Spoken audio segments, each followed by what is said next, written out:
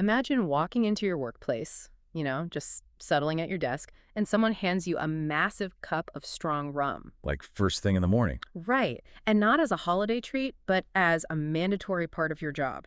Every single day. It is wild to think about today. It really is. So welcome to today's deep dive, where we are exploring the boozy 230-year history of the British Royal Navy's daily rum ration. Yeah, we are going to look at how this became an absolute pillar of maritime culture. The actual science behind why it even started and the dramatic cultural clash that finally ended it. Okay, let's unpack this, because when I first read about this, I pictured it like a modern office perk, like a free coffee machine in the break room. Oh, sure. I mean, that makes sense.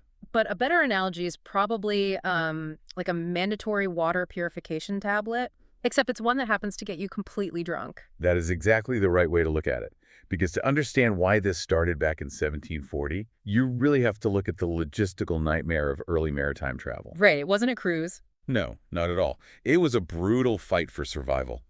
On these long voyages, drinking water was stored in wooden casks.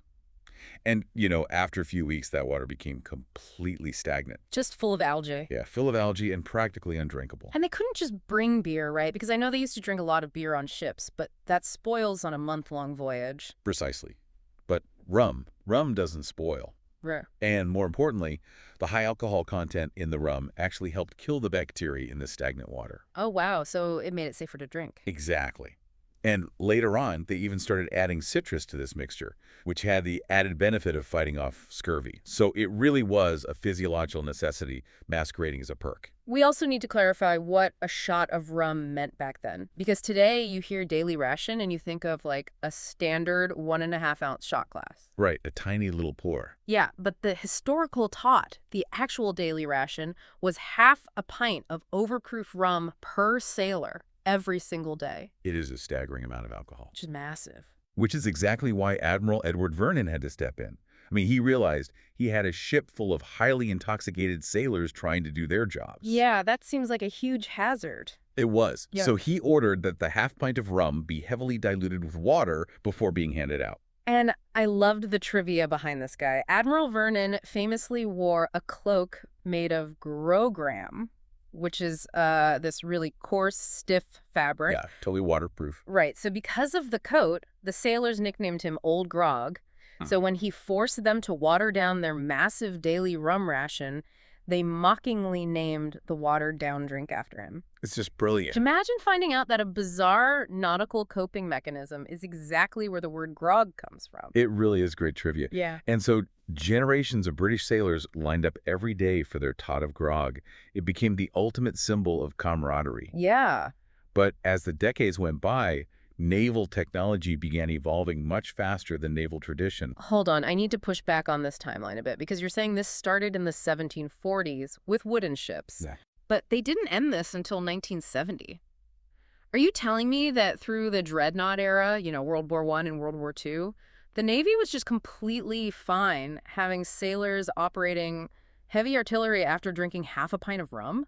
I mean, yes. Why did it take them so long to see the danger? Well, it's a great question, and it highlights just how deeply entrenched this tradition was.